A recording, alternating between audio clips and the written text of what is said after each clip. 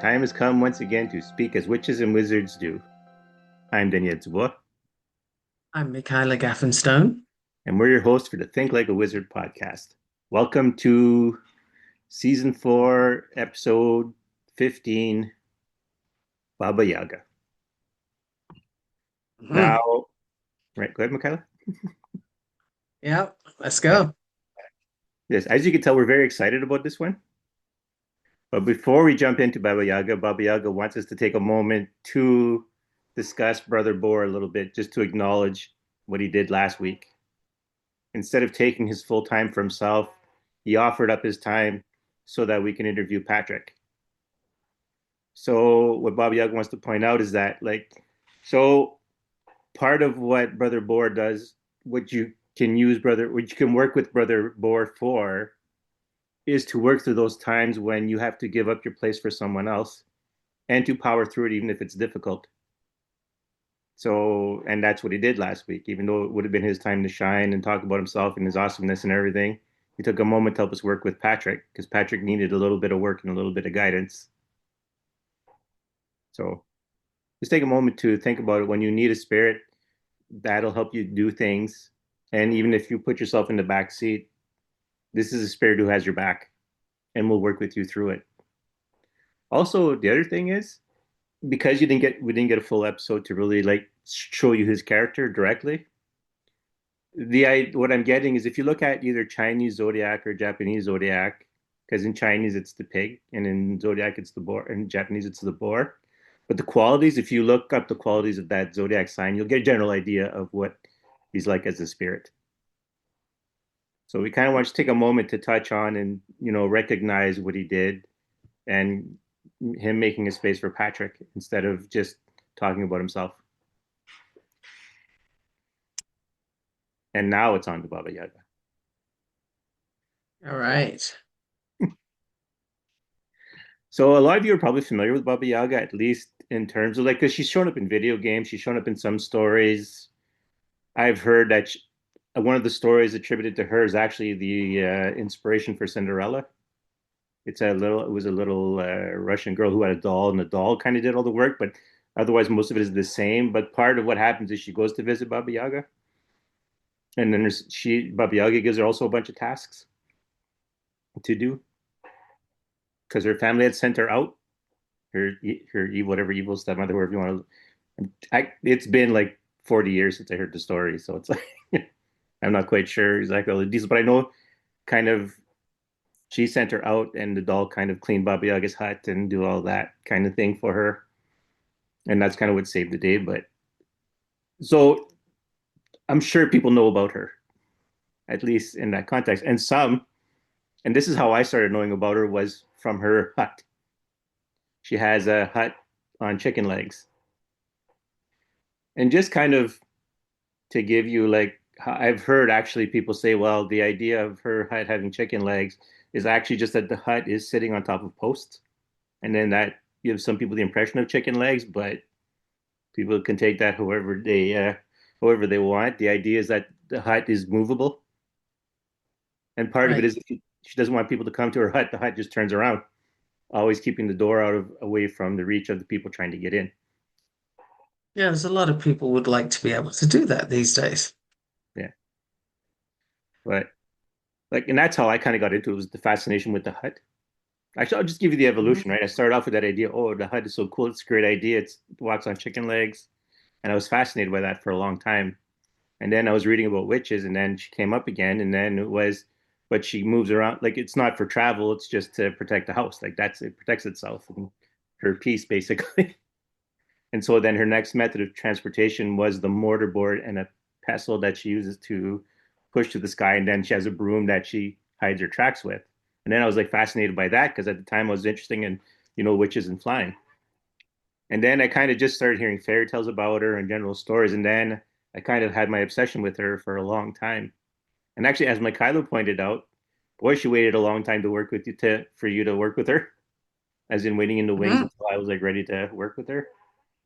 But I can kind of believe that because when I look at how I think, well, like I've told Michaela before, like I play Fortnite and I have a skin of Baba Yaga that I play with fairly regularly, and it has like the glider, Right. it has the is the hut with the chicken legs, so it's like, Yeah. Now, for everybody's knowledge here, I have zero knowledge of video games. I've never mm, played one in my life. So when Danielle talks about this, you can yeah, take it as fact from him. I have right. nothing to add to that. Where I come into the story about Baba Yaga or looking at her is Russian folklore, Hmm. and it's another version of the Dark Mother, the Mother Goddess. You could, I'm always going to take it back to Lilith because Right. that's how I roll. Um, but if you look at the representations of Baba Yaga, she's old, she's scary, she's, witchy, intimidating.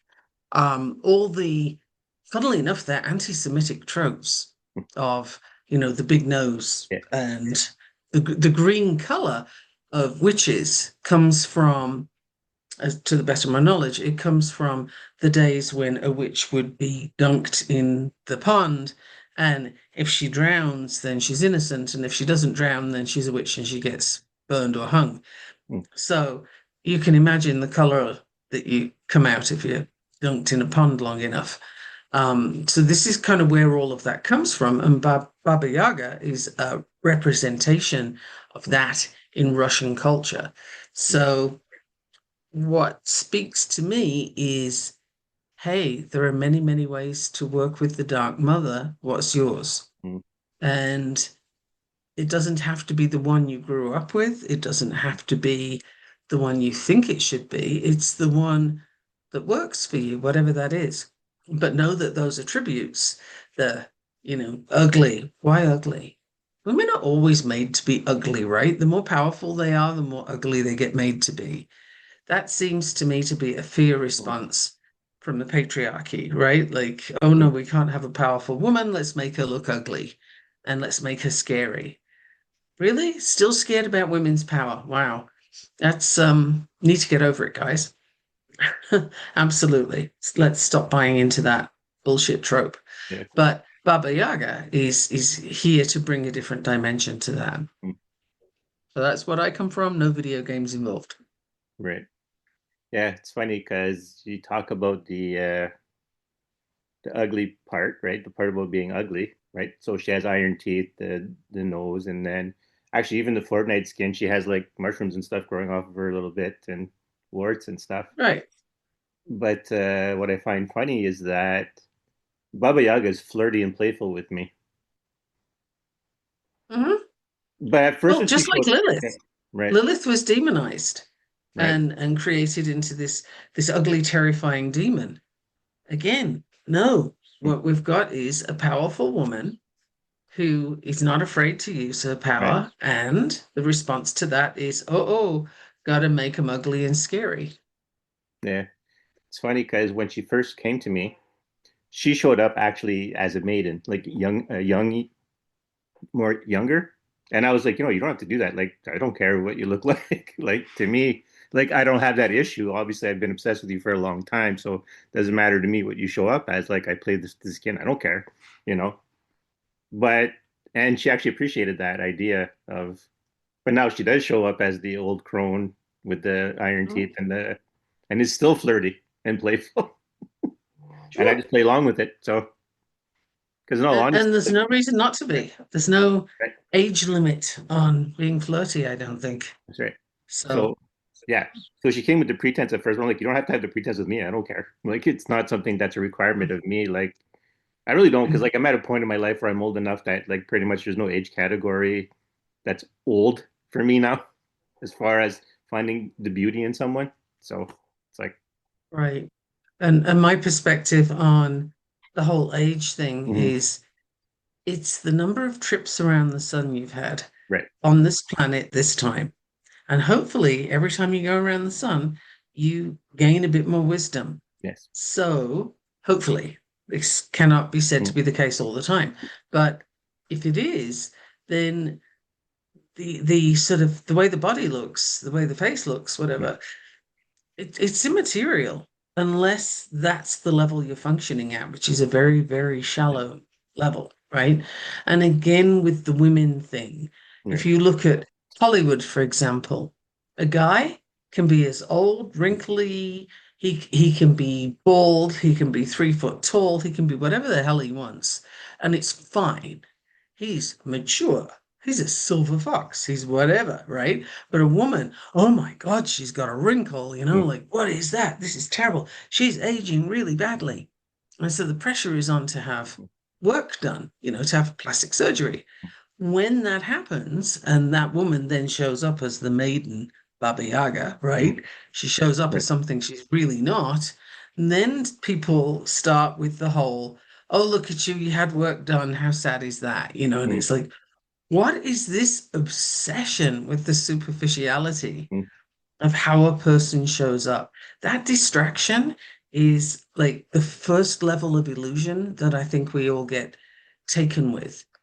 It's Youth isn't prized for men anywhere near as much as it is for women. Now, why would that be? Oh, because of babies? Okay, can we get past that now?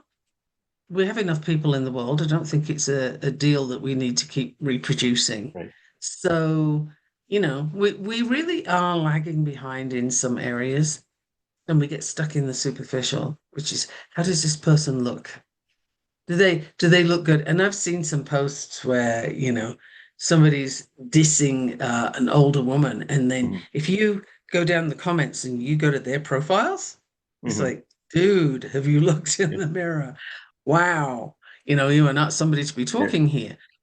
But again, it's all Wow. really Yeah. superficial. Yeah.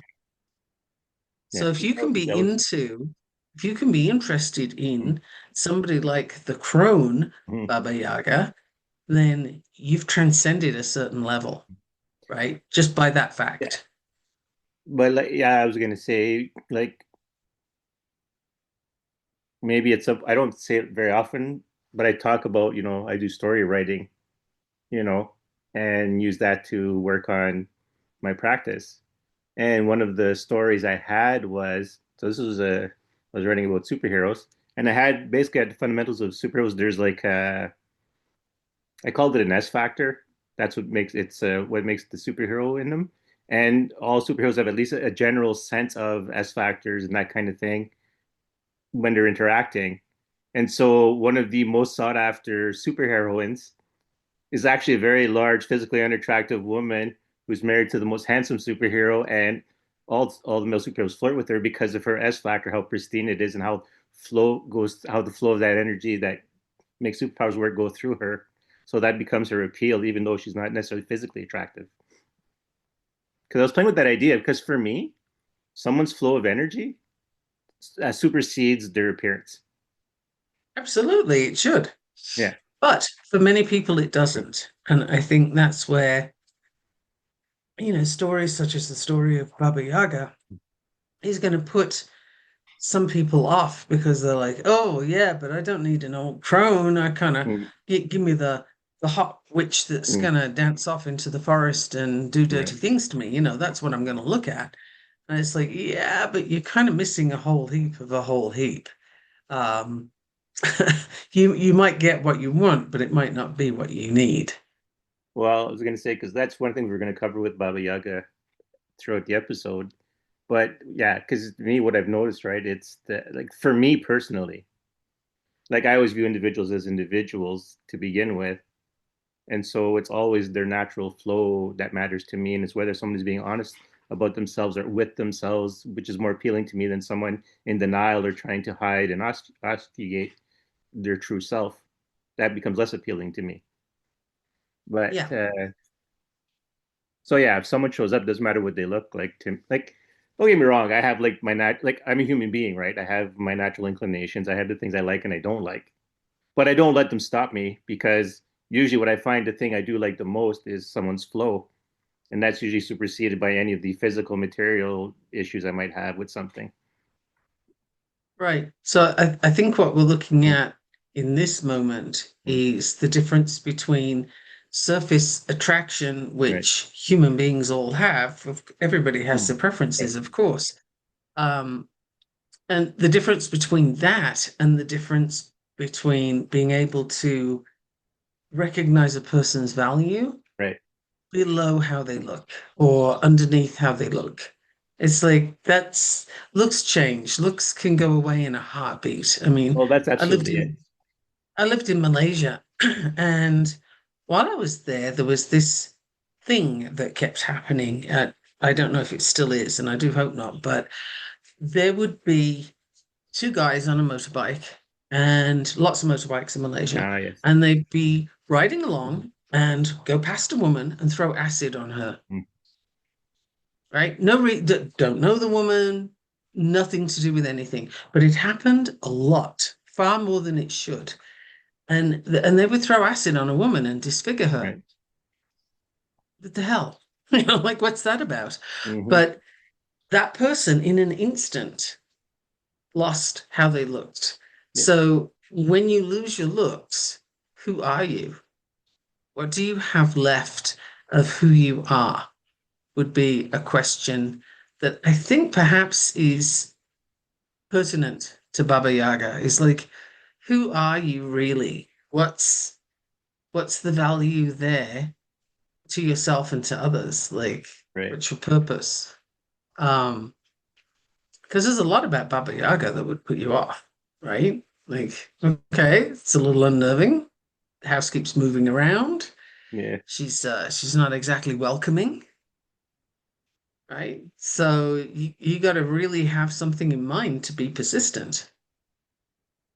Yes. That's the because one of the things I was going to say was as much as she's obviously on this episode, so she's open to be worked with, but you have to be clear It ain't easy.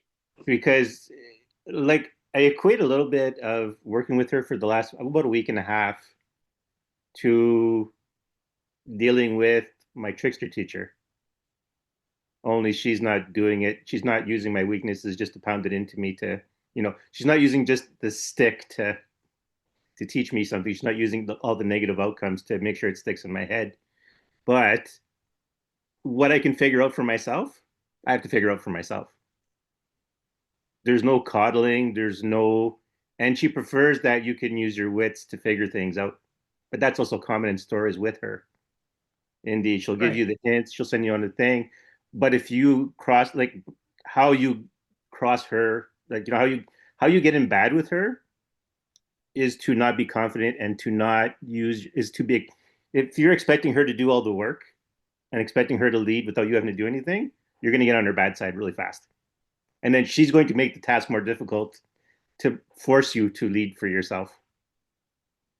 Now that's an interesting thing that you just said because the dark mothers, the goddesses, such as Lilith, the one I'm always going to go to, um, that's a common factor. Is you've got to be sure of yourself, of your foundation, and of what you're working on, what you want it for, and that you can handle what comes with it. Right. Because, we live in a world where things are on a platter pretty much, whether it's information or I'm not saying everybody has an easy life. No, but what you have is still handed to Mm-hmm. you on a platter. Yeah. You want to focus on a life of struggle? Sure, here you go. We got that in abundance. You can have loads of struggle.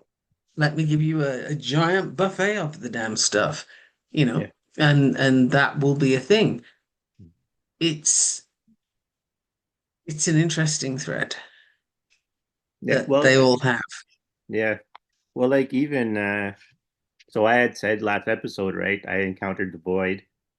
Well, that was Baba Yaga's doing the Did you encounter. say that in the last episode, or was that just Yeah, to me? because we were talking. No, when we were talking with Patrick, I gave an example of something, and I used Mm. my encounter with the void to talk about it.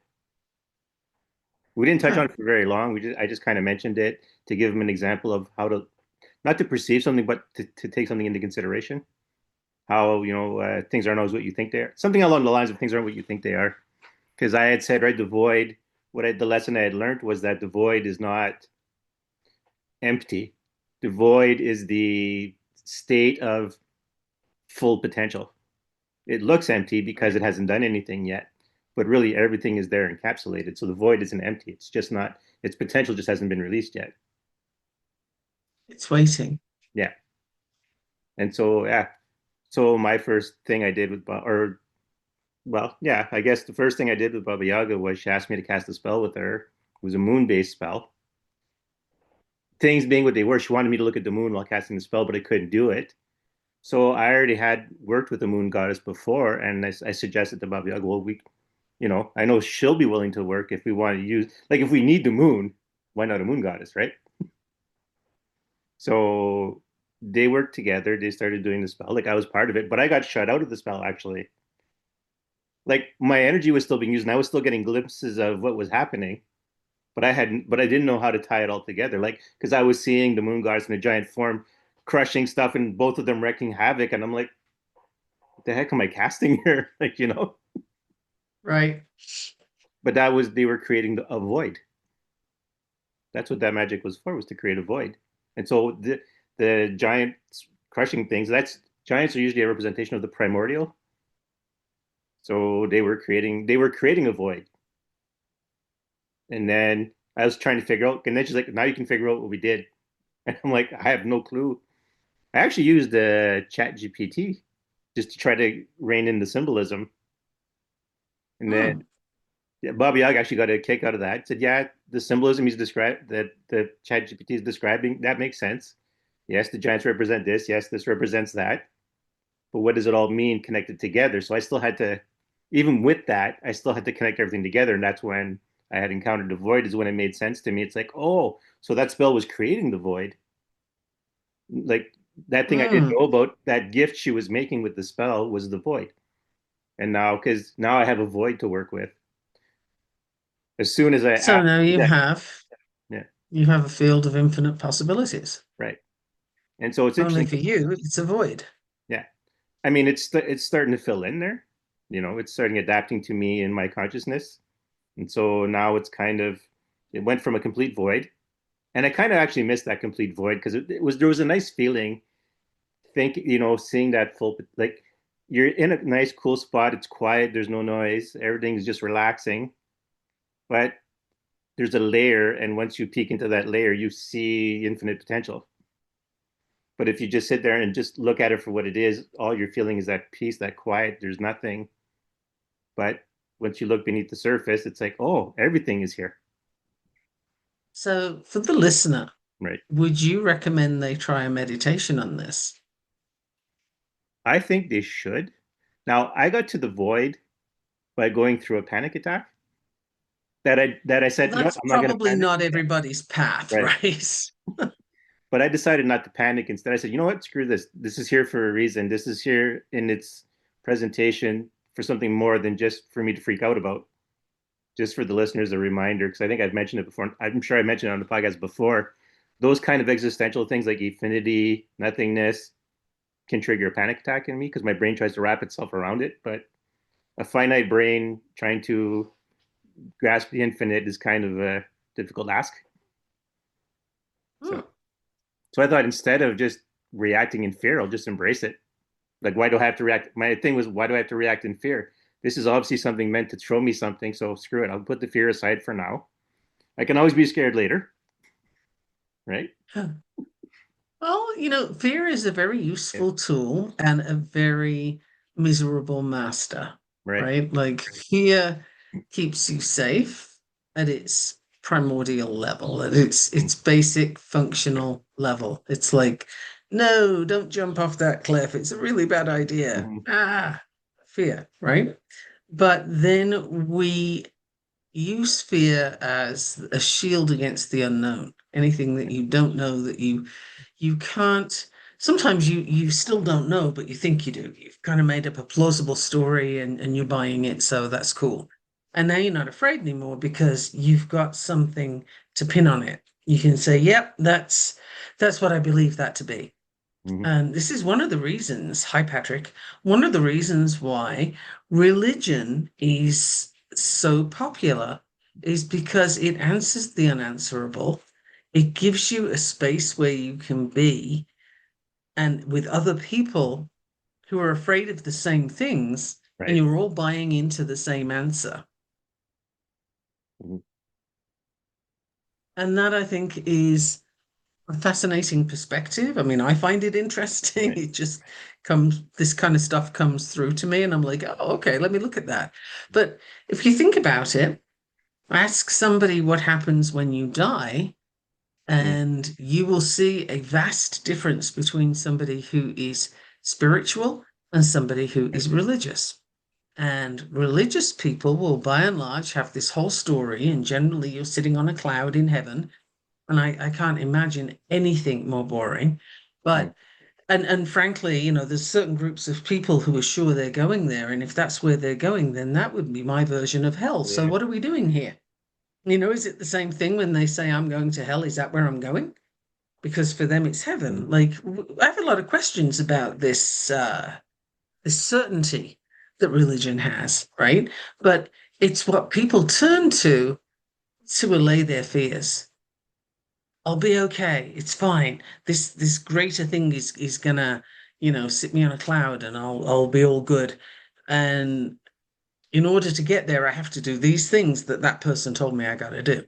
I gotta behave in these ways, and so on and so forth. And typically the woman has the tougher job and she's got more that she's got to kowtow to than the guy does.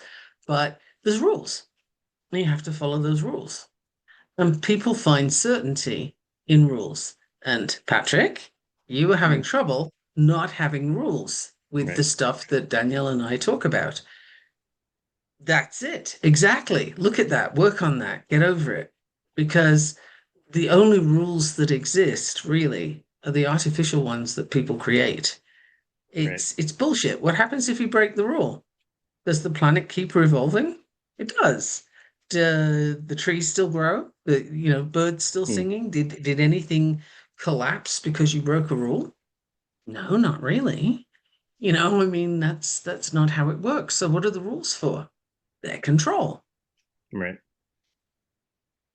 And really the only control you need to have is over yourself. Self-responsibility, self-control. And taking it back to Baba Yaga, she's got self-responsibility and she's got self-control, and she's like, you're Mm. not coming into my house. Go Right. away. Right? She'll leave me alone. I don't want to get involved in this stuff. And that's okay. That's her right and her choice. And then when people push through that, it's like, okay, there's a price for this. You want to push through and get my help with something? Here are the things you have to work through. There's always an energetic exchange to anything we do. And this is coming in loud and clear right now. So, for example, if you're listening to this and you're a coach, like Danielle and I both are, Mm. or if you're someone you help other people in some way, there has to be a balance. There has to be an exchange. Typically on this planet, we use money. That's how that works. But it doesn't have to be. It can be an exchange of knowledge, an exchange of services, an exchange of Right. goods. It can be an exchange of whatever you deem to be sufficient, equivalent, balanced, whatever Right. word you want to use. But we have to have that. And in Baba Yaga's case, it's like, okay, you're coming and messing with my peace, my quiet, and you want stuff from me.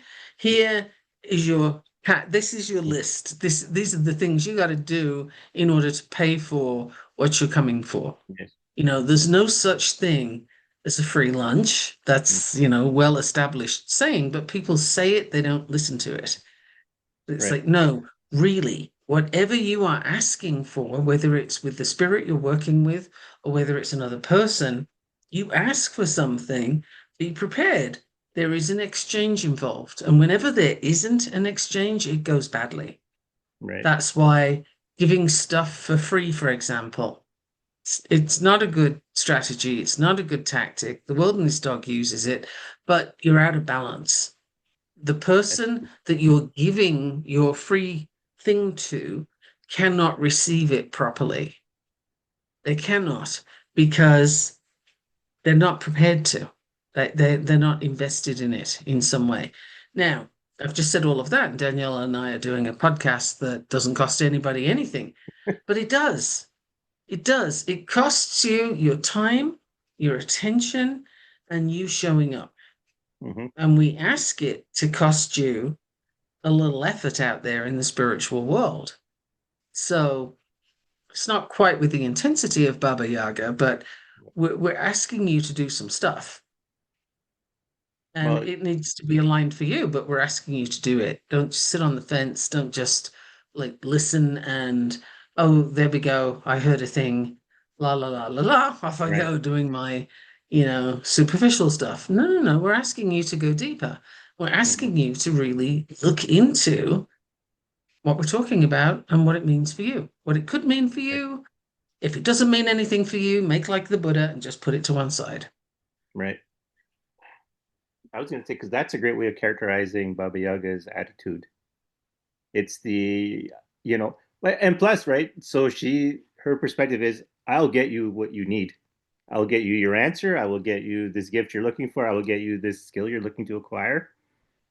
So because I'm guaranteeing you basically success, you had best participate. You had best put your Absolutely. efforts into this because she's not handing it to Absolutely. you. She will No, get you and your the thing success is, by clubbing handed. Yeah. if Baba Yaga or any other being handed you stuff for nothing, then you wouldn't receive it. That's that's the piece that people miss is you don't get the value of the thing being offered to you. You can't. You gotta show up and participate. There has to be an input from that other person. It's Right. not always about money, but it is about you giving something.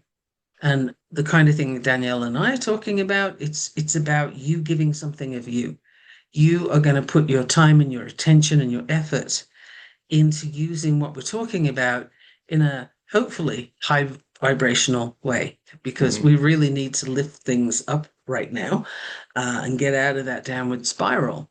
Right. And everybody has an obligation, I think, to do what they can do. Right. Actually, even to further the point, right?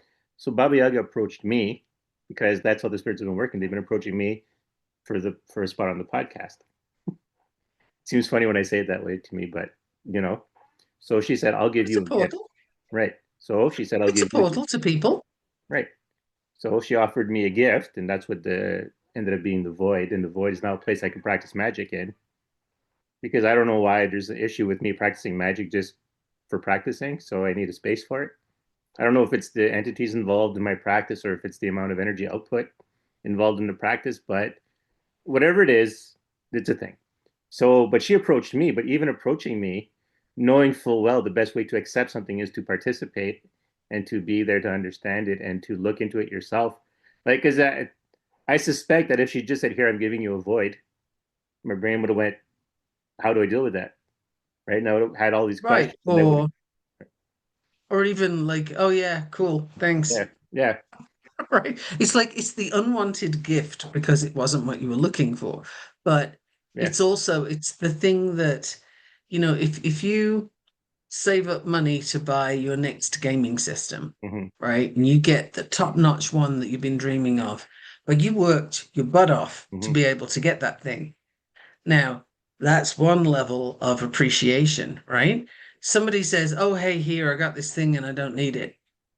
Well, you're really thrilled for about right, half an hour, but it soon loses its shine. It soon mm-hmm, becomes something that's just, oh, okay. Oh, hey, have you got any games that you want to give me with that? Like, what else have you got? Because you don't have an appreciation of what just happened.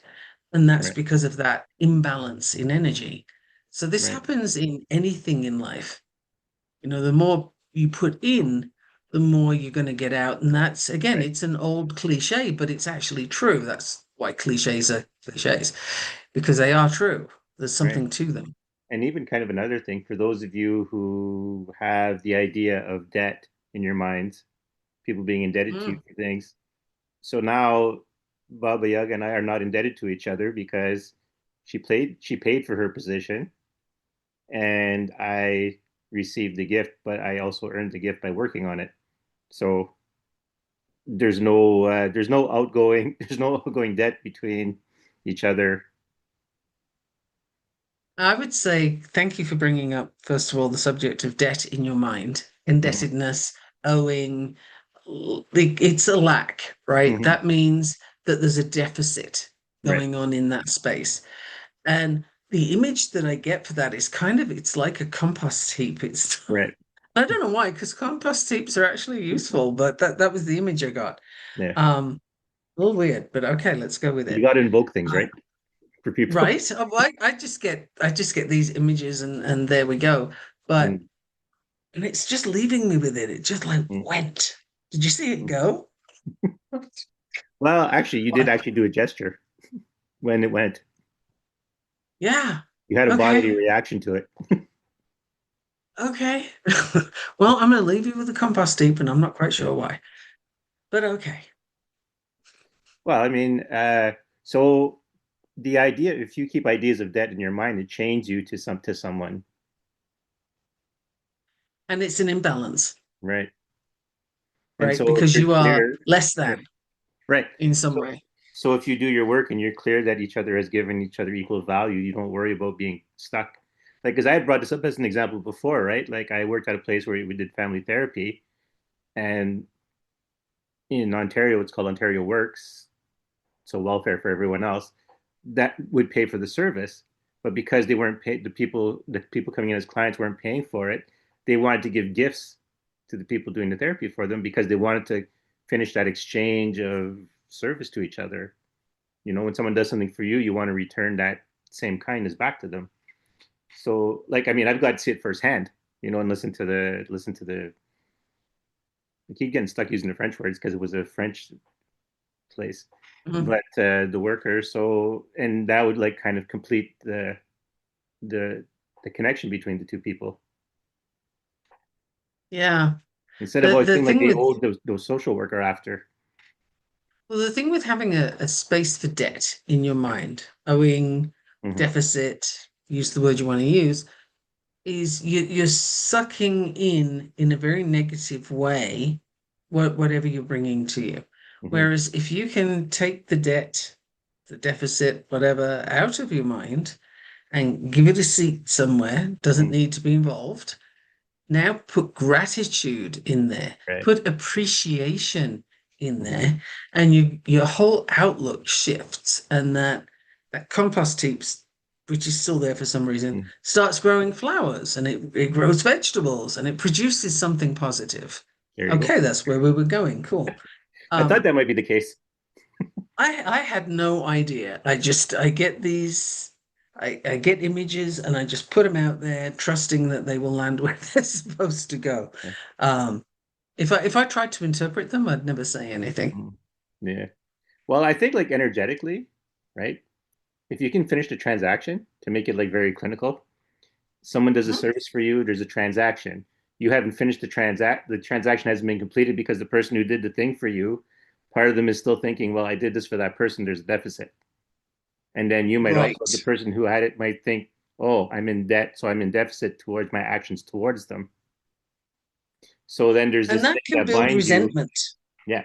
That can build resentment and it builds blocks, Hmm. right? There's a barrier now to proceeding because there's all this clutter around it of stories about who owes whom what and when and how and so on and so forth. And that becomes another tripwire. Right. Okay, we'll go with tripwire Mhm. that lands you face first in the superficial again. You're back into the illusion Right. of this is important to be stuck in. Whereas actually, no, come from a place of appreciation and look at what do I need to do here to make this balanced? How do I make this feel free, like free flowing, open, not Mhm. a gift? Um, Not a freebie, you know what I mean? Like Right. not Well, a gratis. Um, but something that's just it's an ease. There's an easy flow of exchange. right. Yep, that's what I got. Well, I was gonna say because to add on to what you were saying, and I was actually stopped from saying it while you were trying to find the words, but now it's okay to say it. So appreciation, okay? What like of all the things we do in life, like even if we do something for free, we have an expectation, and that expectation is that the person that we did it for appreciates it. Even if we say ourselves no, there's that instinctual level of as long as they appreciate it, that's what I need. So when someone shows disrespect to something you've done for them, like if you do something kind for someone and then they shit all over you, there's an anger that comes with that that doesn't come with anything else. It's like that I did a kindness for you and I didn't ask you for anything, but now you're coming back and shitting on me. Like it's the not only the there's an anger, a connection in there that is hard to I let have go. a thing for that.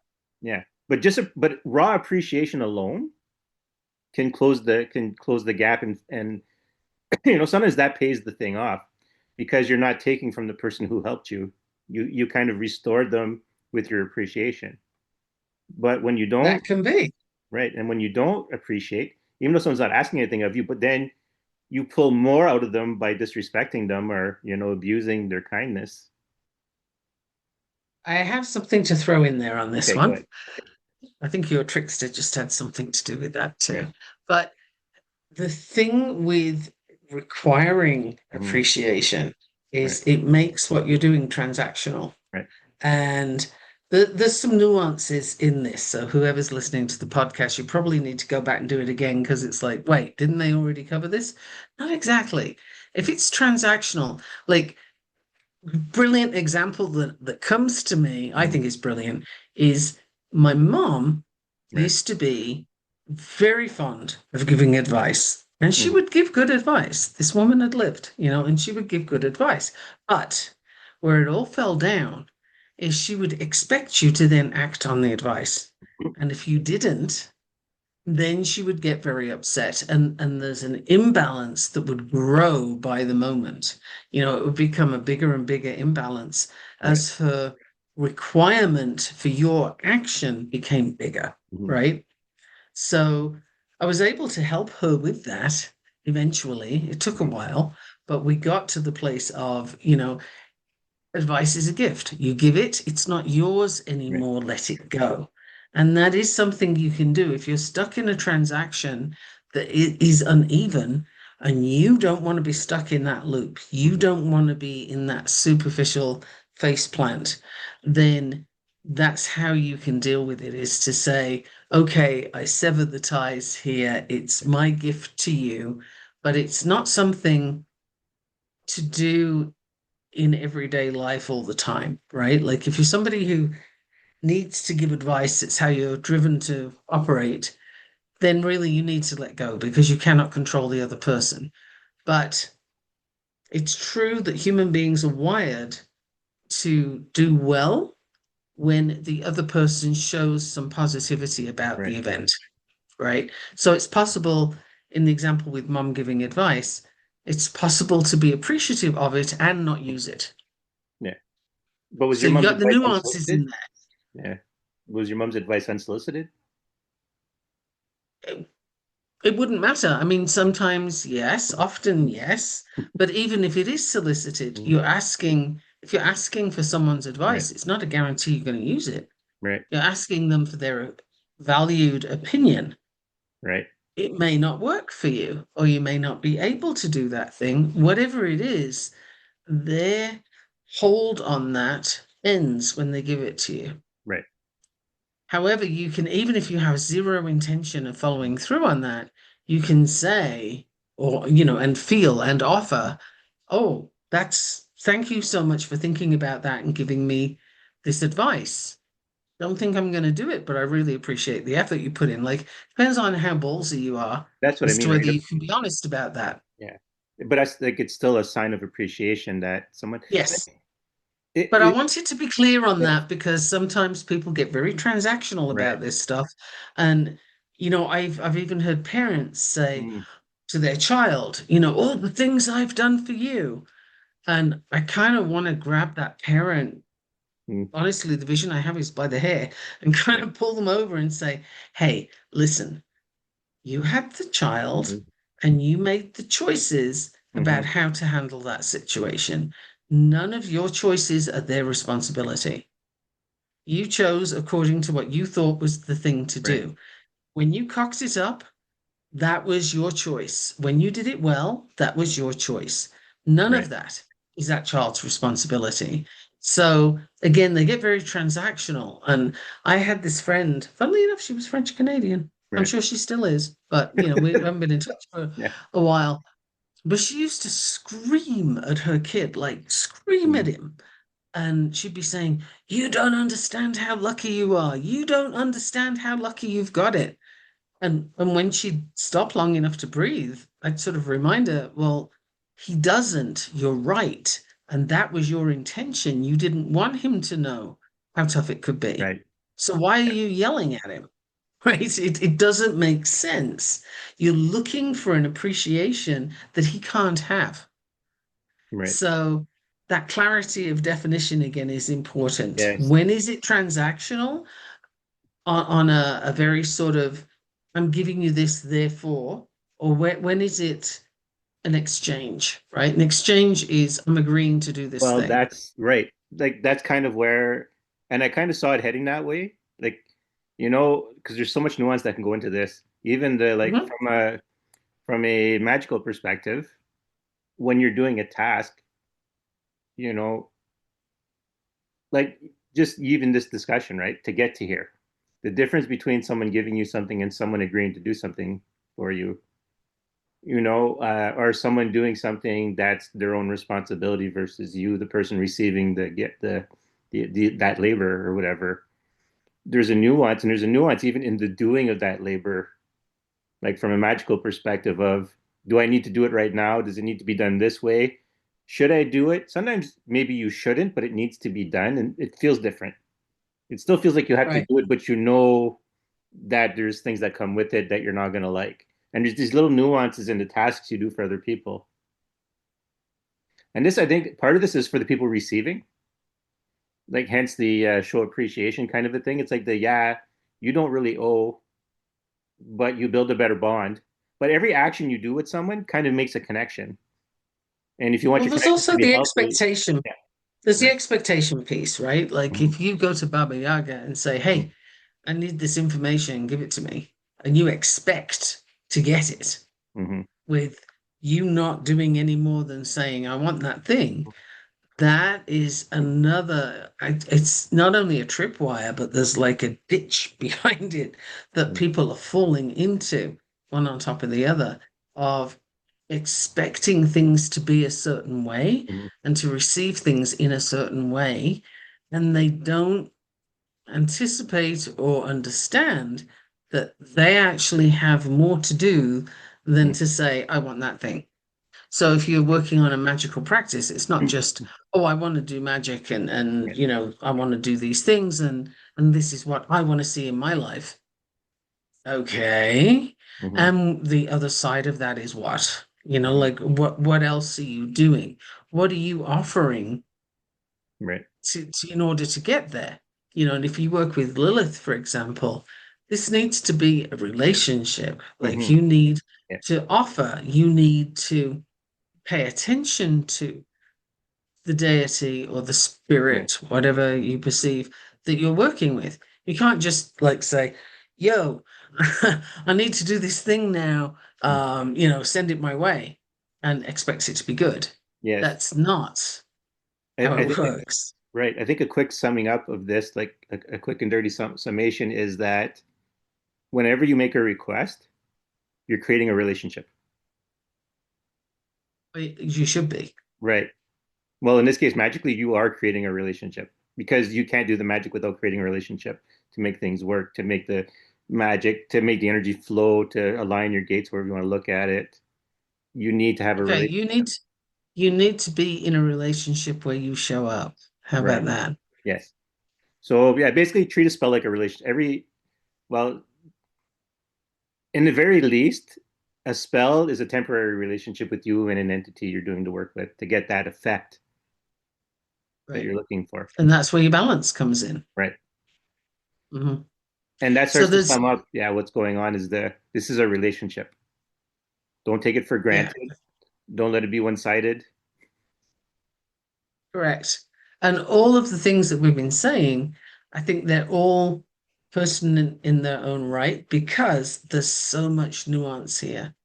And people get very stuck on the superficial level of, well, I want this, therefore give me that. Right. And they get a little stuck on the whole, what do you mean I'm supposed to do something? That sounds crazy. Like, no, I just want the thing. Yeah. And what we're trying to tell you in several different ways so it will land is that ain't how it goes. So be prepared to show up. Right. Yeah, it's funny. Yeah. So this is both advice and a warning. An entity like Baba Yaga will give you the rope. And if you happen to decide to hang yourself with it, metaphorically speaking, she's not going to stop you. Your choice. Yeah. Your rope, your choice. Yeah. So just And like, that's what we get all the time, actually, is you have a choice on everything you do, how you respond, right? As Viktor Frankl said, the gap between the thing happening to you and your response, that's where your yeah. power is. You have that gap. Well, this works magically, very, very, Mhm. very much so. Remember, time is less of a deal when it comes to magic, also. So I have no idea where that came from, but it needed to be said. It's like, yeah, Well, again, we get all sorts of stuff thrown at me today. right. Well, I mean, but like I know we're like to me, like I said this to you, Baba Yaga is my quintessential magic woman, Yes, right? that made me laugh. Yeah. So I base all magical women by Baba Yaga, That was the bit that made me laugh. right? So no pressure for anybody.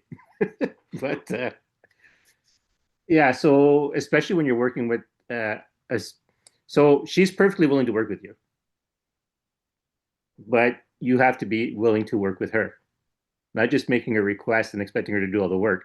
Work with her, and she will hold you to your end of the work because she will do her end. Like I said before, she'll get you to whatever you want, but she's not putting you on her shoulders and walking you up the mountain or whatever it is. You're on your own 2 feet, but she will guide you there and she will get you there. She will fight whatever you can't fight, and she will help you over any obstacle you can't get over. But you still have, or but anything you can get over and anything you can take on for yourself, you're taking it on. So, Patrick, I think you have the answer to your question about rules. Right.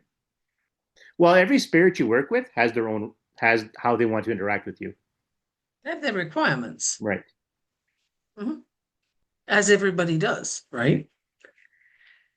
So that's quite fair. But I got that a whole heap of that was for Patrick for some Mhm. clarity on rules. Yeah. Well, I mean, it helps. Um, what was I going to say? Yeah. And just for the listeners, like some spirits are more lenient than other spirits. And Baba Yaga is saying she's not one of those more lenient spirits. So beware, What is it? beware, be I know my dad wise. would use this a lot, and I've heard it in a DMX song, but I've heard my dad say it so many times. I don't know who you think you're talking to, but I'm not him, but I'm not them. Right. As in the warning of, you better keep your tone. Yeah, so just an idea going forward, and I figured something like this would come up, like the idea of well, but it's it's the I will do the work for you, and I will do my all, and I will give you everything. But that comes with something. That comes with a requirement on your side. Yep. And if you think about it, how can you expect or ask for a whole lot of something without showing up? Right. Like there's something fundamentally wrong in that scenario. Mhm. The person doing the requesting is out of alignment, they're out of space, they're in the wrong frame of mind, they're coming from the wrong foundation to expect and not be aware of Right. what they need to do, their role. You Yeah. can't do that. You have a role. You have the thing that you need. You got to pay the piper, right? You got to do your thing. And whether it's money or whether it's something else, it's there. It'll show up. Kind of makes me think. So since you mentioned coaching, right? Baba Yaga is not the free workshop coach. She is Right. the high end, pay lots of money for her time coach. Right. And she And will, that's an interesting question too, mm, is for the person who's thinking, oh, that sounds like a lot. I don't think I'm gonna try that. right. That's too much for me to commit to. Hmm. Okay, then this is a great opportunity to sit down, do a little meditation or even a lot of meditation, and consider what and how do you value yourself? Right. Where do you hold your worth? Is it in your job? Is it in something else that's mundane, like your work title? Is it something somebody else said to you? Or do you tap into that deeper worth that we all have? Right. Like, where are you coming from in order to have these expectations that should not be met? Mm. Right? If you're coming from a place of imbalance, then your sense of value, your sense of self-worth, and I'm not talking money, I'm talking intrinsic value. Right. Um, that sense is off. So get in touch with it, find out what's going on there. What stories are you holding that you're buying into and they're keeping you out of alignment? Right. What is that? That's massively important in a magical practice. Yep, yep, yep. If you want your magic to work and the entities you want to work with, then the higher the caliber of the entity, the higher the caliber your relationship and understanding of yourself should be as well. Yeah. And I mean, you need to be able to look yourself in the mirror and Mm. be okay with what's coming back, literally, metaphorically, however you want to do it. You know, I've done some work with people who are getting divorced, for Hmm. example. It always fascinates me how people get so bent out of shape on the subject because it's like it's a contract and it's the only contract you have in life where the wilderness dog gets involved if you decide to Right. end the contract. You can sell your house and people don't get bent out of shape over it. But this relationship that you had that's now obviously changed for whatever reason, Right. doesn't matter who did what, it changed. Now everybody gets involved and it gets messy. And Mm. the people who are actually involved, the couple, Right. they respond according to their sense of inner value and their intrinsic value. Right. And if kids are there, it's a really easy way to see how they view themselves because some people use kids as pawns. They will badmouth the other parent to them, which I've never understood because that poor kid has 50% genetics Right. either way, right? So you're dissing 50% of your kid when you do that. Please don't do that. It's Right. unpleasant. Having been on the receiving end of it as a kid myself, it's like, don't do that to your kid. Mm. But it's a sense of self-worth that causes that behavior. So the worse somebody behaves, the more you can see that they're not actually in touch with themselves, with their foundation, with where they're coming from. And so they lash out like a little kid. Right. And it's a place where like big spotlights shone on that person's sense. Now you don't have to go through that experience in order to question, am I solid? Do I actually value myself? Will I go for the big thing or am I keeping myself small? Right? Yeah. Like will I listen to stories about magic but not try? Will Right. I will I try but nervously and only dip my toe in, or am I gonna say, yeah, I'm here for it, let's go? Right? Yeah. Like where are you? On that ladder, where are you? And it's funny because it makes me think of like, so given what it's like to be a spirit and have spiritual senses, it's the equivalent of someone asking you for help and then they don't do it, and you keep like, okay, well, here's what you need to, here's something you can try. Here, you can try this, and then they never try it, and then Mm. but they keep complaining. I can't do this. It's like, okay, well, you came to me for help, and I'm giving you things to do, and you know, what, and it kind of gets frustrating over time because you keep meeting Oh, that resistance, right? have a name for those people. I have a Yeah, name for those people. They're called the ah buts.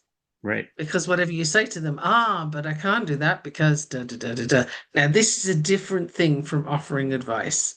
right. This is where somebody's coming to you with an expectation Hmm. and then deflecting everything you put out there. And if you're in that kind of state, this is not the time for you to do magic. Right. Like, You're clean gonna up your house irritate the hell first. out of the spirit working with you. Yeah, clean up your house first because that is it's not only an imbalance, but there's a bloody great wall Hmm. between the two sides. And every time the one person pulls a brick out, you're shoving another one in its place. Right. And that is going to end badly. That's in magical terms, that's going to Right. end badly. If you're doing that to your coach, you're going to end up getting fired. Mm. Um, as somebody who, I'm a behavior analyst, so I have a lot of experience in reading language, reading behaviors, and so on. And the second I detect any of that kind of language in the very first call, before I even agree to work with that person, I will give them resources and send them on their way because I am energetically not here for that. Mm. I cannot be here for that. It's like a drain. It's like Right. that person, every time they pull a brick out of that wall, they're draining some of your energy with it. Right. And it's not okay. So don't be that person. If you are that person, fix your shit, clean your house. Don't do that. That is not okay. Magically or otherwise. Not okay. Yeah. And that's a big theme right now too, because I know it's the message I keep getting. I've been getting all week. It's like the if you want to do things you got to want to do, you have to clean house. That's why I've been Mhm. getting a lot of nightmares lately because it's the my brain kind of getting dealing with those things and releasing them. So I've been getting a lot of that work done, especially with Baba Yaga, because she won't let that stuff go. You need to get rid of this first, so this is what we're going to deal with, and then you're going to be able to move on to this thing. Okay, you did that. Now we're going to do this thing. So as you might imagine, I've had a lot of nightmares lately. Mm. And actually, that brings something to mind. I had a sleep study done recently, Right, and in the ass that was, but I had a sleep study done. And when they print out, okay, you got these lines that are sort of right. showing you activity, right? And mine went absolutely ballistic for probably 2 hours All right. of just, it's pretty calm, pretty calm. And then the movies you see where they're tracking earthquake activity and Right. suddenly the Yeah. the monitor goes insane. Mine did that, and the doctors kind of, what the hell happened? What was this? My Mm, pulse, my oxygen levels, like everything was affected in that time for about 2 hours. And I was like, I was dreaming. mm, And he's looking at me like, are you nuts? No, I was dreaming. That's what happens when I have lucid dreams. They are intense. There's a lot right. going on. So for the listener that says, well, dreams aren't a big deal, what are you talking about? Oh, if you get the opportunity to do a sleep study, check it for yourself. But I can Yeah. assure you, my evidence was pretty strong that there was a lot going on there. Right. And frankly, if I was running full out on a treadmill or something, I wouldn't have had that much activity.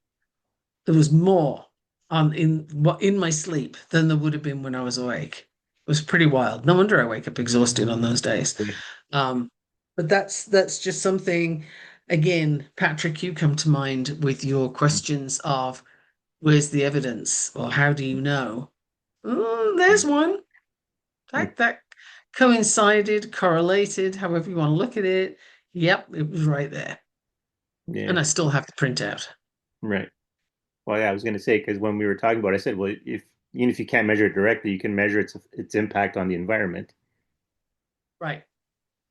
And that graph went Mm. absolutely nuts. Like, that's pretty wild. Yeah. Well, Yeah, because your dream life is not. Sometimes it's just your head, but sometimes there's other things involved in your dream life. Like I said, like more frequently than not anymore. Like when I'm dreaming and the spirit wants to talk to me, it's like they show up while I'm dreaming, and I'm like, oh, you're not part of the dream. Just let me wake up, and then we'll talk. And then I wake up, and then we discuss whatever. Right. Well, I find it's a whole body experience, but and certainly my oxygen levels were all over the place too, and that was fascinating. I wasn't surprised that my pulse rate shot up. Like that's okay, yeah, I can see why that would be. But the oxygen dropping at the same time Mm, was like, oh, that and over a 2 hour period, that's the thing, right. and it was very concentrated. So interesting, very interesting stuff. And I could pretty much say yes, that would be roughly when those dreams were Mm, happening. So that's as yeah. much evidence as I'm going to get on that subject. But pretty intense stuff. And the more you go into it, the more you practice lucid dreaming and the more you're open to it. And Right. that's key is you got to be open to it, allow it. I do recommend that you filter first for who's going to be permitted in because Right. otherwise you're going to get all kinds of input that you might not want. Um, but the more you go into it, the more you're going to experience. And it's Mm, it's a real experience. It's a lot going on. yeah. Kind of makes me think. I don't know if this adds anything to the episode, but like I find now when I close my eyes, like if I sit down in a rested position and I close my eyes, even if I'm not asleep, I dream. But I'm Mm, fully aware of the waking world. Even I had posted this on Facebook, but I think it's before you came on the podcast. I had woken up and it was a dream going on, but the dream needed to continue. So it's like as if a part of my head was cleared out to make space for the dream. So I was awake doing stuff and the dream was still happening. mm. Like, so I was dreaming and Yeah. awake at the same time. And I'm like, well, this is a different experience. No, I understand what you're saying there. Yeah.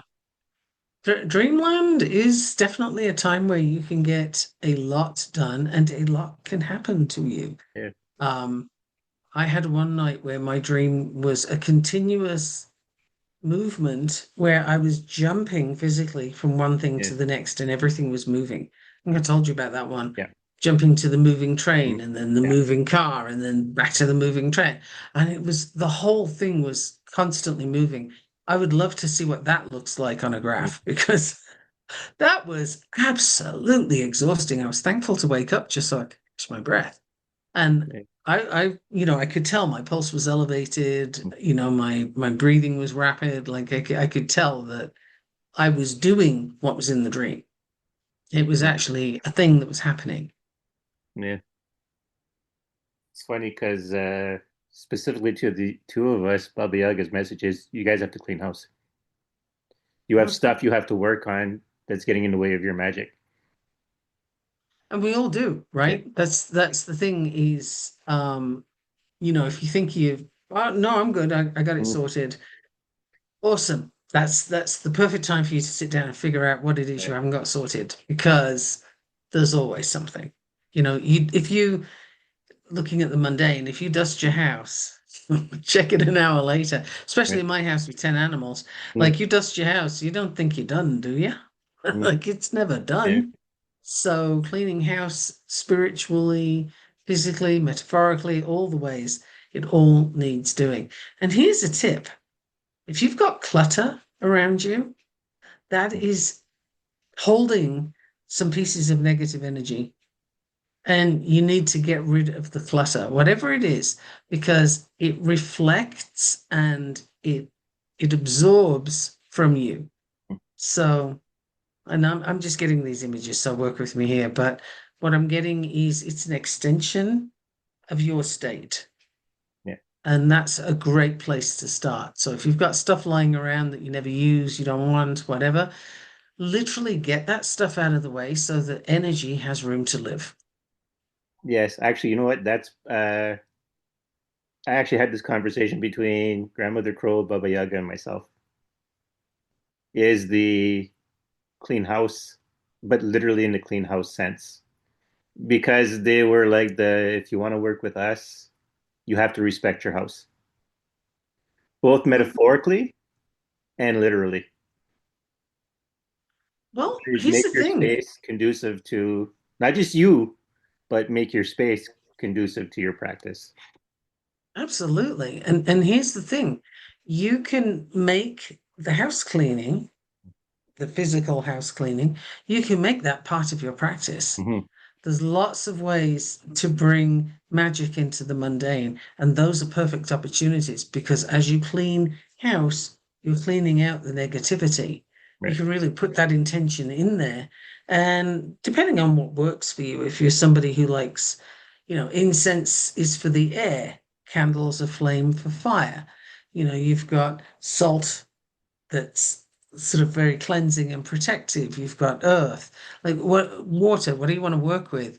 What do you need in order to get rid of the negativity and create space? And because your practice needs space, you can't do it like shoving crumpled papers aside and here we go. It's not going to go so well. How do you expect flow to happen if you've got clutter in the way? Right. Yeah. So yeah, you got to clean that clutter. That stuff's got to go. Actually, interesting. Uh, this doesn't usually happen. Like, so there's a spirit that basically has it's uh the house god for the house I live in. It's Oh, it's okay. it's not that it was like I think it was actually I don't know if it was like a person and they just decided to when they died that they thought this house was cool. But this is the first time without me initiating the conversation. It was like, yeah, keep the place clean, maintenance, all that kind of stuff. Make it a place conducive to your life. It was just interesting that it's saying something on this episode because normally it just keeps to itself and doesn't say anything. Hmm. Unless I specifically seek it out, it usually just stays and does whatever and doesn't mention anything or say anything about anything. It just says, I'll keep the house protected. We'll keep the damage to a minimum. We'll keep out as many bugs as we can. No one will rob the place. Animals won't come and do stuff damage to it. Right. But it's But funny. really, I think people disrespect their space. Ooh, that was quite something just came in. And when you disrespect your Mhm. space, it disrespects you. It shows Right. it back to you. Yeah. And all those, I keep getting images of crumpled paper, like it's so interesting, but all these balls of crumpled paper around are holding in the folds. They're holding negativity. Yeah. And so this is something that with intention, you clear it out. So whatever's old and not serving you, it's broken or it's simply not where you are now, that needs to go. Now, if you're going to pass it on to someone, cleanse it first. Come on, be decent human being, cleanse it first. But it doesn't need to take up room where you are because it's taking energy and it's holding the dust, it's holding the dirt, it's holding Right. the negative. Well, yeah, that's exactly it. Yeah. I'm just kind of tickled pink that it actually took time to actually talk on the podcast. Mm. Well, this is obviously an important topic, right? And something that particular spirit's like, yeah, thank you for Yeah. noticing. Finally, Yeah. could we do something about that? And Yeah. and I think it's so important. The next thing, oh, this is an interesting image that I'm getting. All right. Okay. But the next thing is clean house for yourself, not only spiritually, but also how do you project your image to the Right. world? Do Mm-hmm. you take care of how you look? And I don't mean, do you have full makeup on and, Right. facelifts and whatever else. I'm not talking that. I'm just like, are you intentional about how you show up? Because how you feel is reflected in how you show up. So is it accurate or is it out of place for you? Is it Mm-hmm. energetically wrong? And there's no judgment on how that needs to look. It's just, are you in alignment with how you project yourself? Is that who you are, really? Right. Or no? And if the answer's no, clean house, sort that stuff out. What is you, right? Like just go with that. Whatever it is, there's no judgment on what that looks like. Yeah, you know, it's funny because I feel a little called out by the spirits here Whoops. because it's like I've given the priority, right? And I mentioned it before. It's astral projection and the podcast. Right. But there's other priorities that are still open. We're just not the main priorities. And some of those are requiring, okay, well, what's your image like? What are you presenting to the world? What's your space like? Are you being inviting? Are you showing someone you're worth listening to? Are you like, there's these other things in the background, which I'm kind of putting to the side to accomplish these other things. And Maybe now yeah, is your time to look at those right. because I'm getting that it's a package, right? Yeah, Like it's the whole thing. It's not just your house is in order and the clutter's gone and you've done your cleansing with intention and so on, but you're still a walking hot mess, right. right? Like unless that's aligned for you, unless that's what you want to project and you want to work with, then that needs to be sorted out.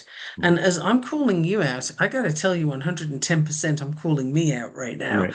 I'm like, oh shit, I haven't had a haircut in 2 years and I haven't worn makeup in so long I can't actually remember how to put it on. And and there's Yeah. truly and there's a lot of things that I could be paying more attention to and I haven't been. And so even as I'm speaking, I'm like, oh man, wait to call yourself out in a podcast. Holy cow. Yeah. Um, but it's there to be called out because it's part of the deal. Well, It's part of how is somebody going to listen to you? Like if you weigh 300 pounds, you're not going to be able to talk to somebody about nutrition. How right. many times has a person gone to their doctor, for example, Mm. and oh, back in the day, like, okay, we're talking centuries ago here, but back in the day, you would go see your doctor and the guy smells of cigarette smoke. Yeah. He's probably got a hangover and whatever Yeah. else, and he's telling you to clean up your act. And it's like, dude, have you seen yourself? Your shirt's busting open. Yeah. And the image is not congruent with the message. It's not working with what they want to have happen. And that is the point. It's not, are you ticking somebody else's box? I don't give a rat's ass about that. It's not that. It's, are you in line with what you're trying to do? And Yeah. if you're not, you got to fix that. And Yeah. that's for me as much as it is for anybody. Yeah. Damn, I've got work to do. Well, yeah. I mean, like I said, right, I'd come off of 20 years of pretty much just raw channeling continuously. And so, like, as you might imagine, I didn't have much energy left over. So I kind of just used the weight of all that as an excuse to not have to take care of stuff and not have to update a wardrobe or work on my image. I mean, actually, even on that, I shaved today, so I don't have my bunny tail goatee thing going on. It's But trimmed I more. mean, it's literally Yeah. how you're showing up. Is Yeah. that is that what you want? Is that what you want to project? Would somebody interacting with you, and it's always on a superficial level to start off with, would they be drawn or repelled by what they're seeing, given what the interaction is supposed to be Right. about? And Yeah. again, this is as much for me as it is for anybody. And damn, I hate calling myself out. But it's just it's there to be said and it's there to be acted upon. Um, for anybody that's listening to this and cringing right now, yes, I'm calling you out. Mm. I'm cringing too. Yeah. It's just like Well, I was gonna say, I shit. think it's a blanket call, like, because yeah, like I said, me too. I feel called out. Just, I'm just as guilty of it right now. But you know, it's I've funny even because gone red. I can feel it. This yeah, is the I can first see time it. on the podcast. I've gone red. It's like, Yeah, oh no, but you know, it's I funny got some stuff because to do. I didn't prioritize putting my money into my wardrobe. But people ask me, "Is like this how you like to dress?" And I'm like, listen, if I had money enough that I felt good putting it into my wardrobe, you would see a completely different person in front of you. Customized clothes, you know, like not off the shelf Ah, stuff that I designed myself. well, now's the time to Yeah. look at what that is. It's Because actually been there's bugging me for always two a years now. way. Yeah. there's always a way to get there. You know, an image that leaps to mind now is when my kids were a lot younger, and there was an episode of Star Wars came out where Amidala was in Mhm. it. I don't know, the kids were little, Mhm. but I'd got my two plus their cousins for like the Mhm. whole summer. I had a gaggle of kids, Right. and I took them to see that bloody Star Wars thing probably 7 times, right? Because they loved it. So we kept going to the movies. And then I took them to the thrift store Mhm. and I told them to have at it, go through the thrift store and find whatever you need in order to become a Jedi, to Mhm. become Queen Amidala, because there was a Right. girl in there who wanted to do that, and and find your things. And I spent about $10 on Yeah. all of these kids, and they were thrilled to be kitted out exactly how they Mhm. wanted to be, bathrobes and everything. But it did the whole play thing for them, and they went home, and I had Jedis and queens and stuff all over the house, just Yeah. demolishing the place. But Mhm. it cost me $10, Mhm. right? So I didn't need to go to the costume Right. store. I didn't need to go to Spirit Halloween or whatever and buy their stuff. I let them, with their imaginations, go pick it out. So the long version, Mhm. that's the long version of the short version, which is you'll find a way Right. to get that image within what you can reach. Mhm. But like I And used to wear again, more it's for rings, right? me as much as it is for anybody. Yeah. It's seriously, it's like, oh my God, I have things I need to do. Yeah. Like I used to wear more jewelry. Like I used to have a lot of rings and I used to have like wristbands and stuff like that. I did the whole like kit of the Rockstar Wizard. It's not Okay. a wardrobe I could maintain because it costs a lot of money for some stuff, but and I kept losing the rings. So So maybe that wasn't you. But yeah. the question is, what is now? Now is the perfect time to figure that out and Yeah. become where you need to be in order to receive and to put out what you are trying to do. I think that's a block that we all miss. Yeah. Holy cow, like that's just coming to me as there's your invisible block. You're out of alignment, not Yes. only with stories Mm. in your head, but also you just don't look the part. You wouldn't go to a hairdresser, for example, whose hair is, I don't know, unwashed and badly cut and whatever else. Would you go to them? Probably not. That's not the image you want. You wouldn't go, I don't know, there's any place where the person there doesn't look the way you want to look, Mm. or they're not giving off the vibe that Yeah. you want, you're not going to go there. Holy shit, that is a whole piece of big misalignment going on that I, as much as anybody, have been missing for the longest time. Wow, Yeah. that is a Well, lot. yeah. I was going to say, Oof. ironically, or not ironically, but interestingly enough, there is actually a Fortnite skin that my sister, whenever she sees it, goes, "That's you," and it's actually a more Indian style mystic. Ah, And she's like, "That guy reminds me of you." I'm like, "I look nothing like him. He's tall, thinner it's the build." vibe. Yeah, but the vibe. Interestingly though, because I play that character constantly, because that character has one attribute. When that character skin was introduced, it was introduced as a character in the game. Like the game had a theme, right? Missions to do, and each character had their part in the story. But this one was looking for, was trying to tap into, without going into the lore of Fortnite stories and stuff like that, it was looking to tap into the power that basically makes the island in Fortnite. So he Okay. was kind of looking in and trying to figure it out, but he was a mystic on himself, like all his backstory stuff like that. And so that's kind of how I always kind of looked at magic, is like, what can I learn from this place? What can I figure out over here? And that's how that character is. And then that character has like an emote that he floats around on, like, doing in the position with the fingers and that, and floats on a little cloud. But anyway, so my sister, every time she goes like, that's you, and I'm like, I know that's me. But he's got like the harem pants and the kind of the straps and the kind of little weird jewelries and stuff. But that's the vibe. And Yeah. then the question is, how do you get your version of that vibe? Because it will be different for Right. you as an Well, and individual. yeah, Because you don't want to, you don't want to mimic someone else. right. You lose your power when you mimic. Yes. Okay. You lose your power when you do that. So it Yes. needs to be original to Mm. you. Yeah.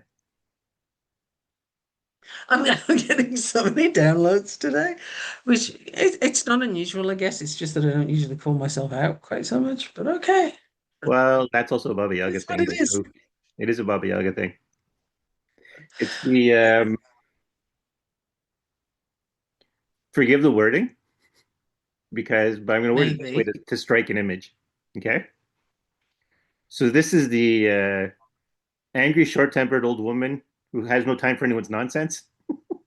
So just calls it out. Okay. So just calls the stuff out when she sees it. It's not just women. I've seen men. I know old guys who do it too. But the imagery is more impactful when you think of of when it's a woman doing it. You know why it's more impactful when you think of a woman doing it? Why is Because women are taught from the get-go to be, if not fully that? subservient, definitely to view themselves as less than, right? If you want an opinion, you can ask a guy. How many times, I mean, even now, if a woman wants to go buy a car, if you walk in there with a guy, the salesperson, male or female, is going to talk to the guy, even if you're the one holding the wallet. I can say this from experience. Right. Selling a house, right? Like I'm selling a house, it's my house. Yeah. But if there's a male next to me, the realtor will talk to the male. Right. And I'm like, actually, it's my name going on the contract. This is Yeah. me. Okay. And it kind of throws them off, Mm. right? They're like, oh, wait. So when you got a woman, the image of a woman who's saying, enough of your shit, I'm not taking any Yeah. of it now. And here, let me slap you up the head, Mm. and all that kind of stuff. It's more powerful because it's a longer journey. Yeah. It's a bigger journey to come from the be seen and not heard stuff, Yeah. And in this country now, you can think kind of Handmaid's Tale is where we're heading. It's a long journey from there Yeah. But I to will I'm not remind the taking listeners, anybody's. I'll remind the listeners of this. I grew up in essentially a matriarchy where the women didn't take shit from their men. Some did, but those men were very abusive. And generally speaking, that's not most people's Right. experience. But my experience is And like, right, women going, if they'll be out with their friends and the women go, well, my husband said I couldn't, and they all look at her like, so? I had this experience yesterday. Yeah. I went to this beautiful mountain place, like 9,000 feet up, and they do this market there. And I was actually selling my human design books, and I was so happy people bought them. Yeah. Yay. That was fun. And I got to talk to them. But the woman next to me, and I know her, and she's an absolute sweetie pie. She's there selling her stuff. And she said, "Oh, I have to ask my husband. I asked him if I could buy this thing, and he said no, we don't need it." And I'm like, "Aren't you the one earning the money?" Mm. And she said, "Well, yeah. Okay, so he doesn't work, you do, and you're asking him for permission. The fuck?" Like, what is that? Where did that come from? Could you examine that for a minute? And I'm like, I have to tone me down a little bit so I don't scare her Yeah. because I can get feisty enough about that for the two of us. And Mm. she's very much in this long-standing place of, well, I ask him if it's okay first. And yeah, no. So the journey for a woman could be a long one to get to that place of not taking any shit. So yay to the women in your household for being strong women. And I'm sure you had some interesting experiences on the other end of that. But it made you who you are. Yeah. Well, that's why I don't distinguish in authority for like men and women. It's just like the whoever had the idea was the one who did it. Like, so I grew up in that environment where that division of sex for authority wasn't really like that. I mean, which is good for Okay. me, but It's good for part of me you. Not still many finds have it that. weird when I hear women talk like that, like of the well, there's this and there's that. I'm like, again, all the women I grew up with would have went, yeah, so what, and did their thing, regardless of what they were told to do or how to Right. behave. Because that's one of those artificial rules that we were talking about in the beginning. Who made that person Mhm. the boss? On what category? Like, in what way is that person the boss? How do they hold that position? Where's the earning of that position? Right. Birthright? I don't think so. Exactly. But, yeah, I'm sure. Yeah. I think I can hear Baba Yaga cackling at this point. Yeah. Well, that's when I what did I text you? Yeah, I texted you, right? This is what we're going to be doing on the episode then, and Baba Yaga is cackling in the background. Mhm. Yeah, I'm getting that right now. It's like a little glee going on. Yeah. Okay, where were we? Now that we fell on this. Oh, okay. So we Well, I were was doing your blowing my image, right? own. I was blowing my own mind with the whole get your image Yeah. in alignment with what you want to put out and what you want to receive, because that is the surface interaction. That's like yeah, that's the first place of exchange. Yeah. Like, yeah, my whole thing is that I know the image because it's been pushed. The spirits have been pushing it for a long, long time. Part of me is just right now I'm a little too fat to do the exact image they want because a lot of it is shirtless, and it's like, yeah, the gut is not exactly the most appealing thing to have when you're going shirtless. So, but like, I mean, right? I was a teenager in the '80s, and I used to wear the midriff shirts and the mesh, but didn't have as much of like I didn't have a gut, so I'm gonna say look for what calls to you yeah. and go with that, whatever it is. Hmm. Again, it doesn't matter what other people think of your choice so much as does it work? Yeah. Is it what you want to put out there? Um, I see a lot of age limits put on things. You Hmm. can't Oh wear yeah. that once you hit 40, or you can't wear that once you have kids, or you can't. And it's like, what is this nonsense? This is absolute. It's like a cobweb that's got dust in. Yeah. It's completely pointless. It's not helpful to Well, anybody, and you really don't need to get stuck in it. the show, right? What to wear doesn't exist anymore, right? Oh yeah, But one of the advice they would give if you're over 30, don't wear miniskirts anymore. Well, they have a new right. show, those two. And you know what it's called? Well, Wear wear whatever the you want. miniskirt. Wear whatever you want. and, I and haven't watched that's it, but I yeah, seen it on Amazon. I was going through and I'm like, hey, I recognize those two. And then it was like that was the title, Wear What You Want. And is I'm that like, Trini and Susanna, what are they called? British women? No, no. I'm sure it was taken from a British show. I have no doubt. Oh, okay. Because there was British This was the thing American with version Trini of and that. This is the Susanna. American version of it. Okay, Because you have to remember, okay, right? There's a lot of shows on American TV were British shows before. right. I And mean, you I got don't to have time to remember, list all of them because there's a lot. for me, it depends on where I was at the time as to what version I've got of what. Well, you're right. So it's a little 'Cause eclectic. I did see one episode of that one though. That's why when you said the names, I'm like, oh no, but that's not their name. I know it was her name was Stacey London because she was consistent. There was a couple other male hosts with her. I'm trying to remember Rings a the other. bell, rings a bell.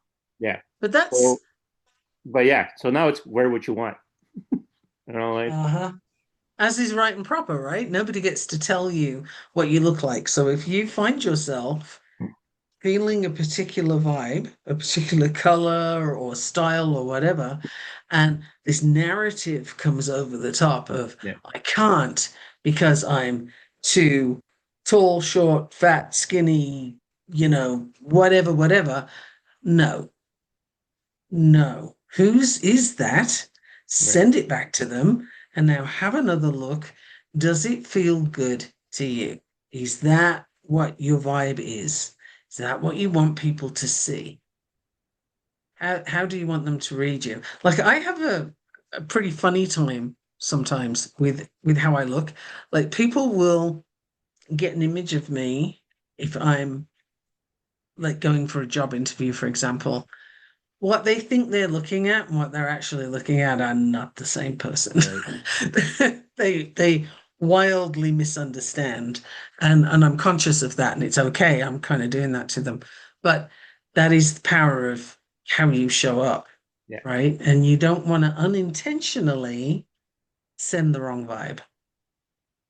Yeah. That's Oof. really important. It's because it's one of the things that Baba Yaga has introduced a lot of concepts to me in the last week and a half. It's Yeah, not no, this is purely wild. from her.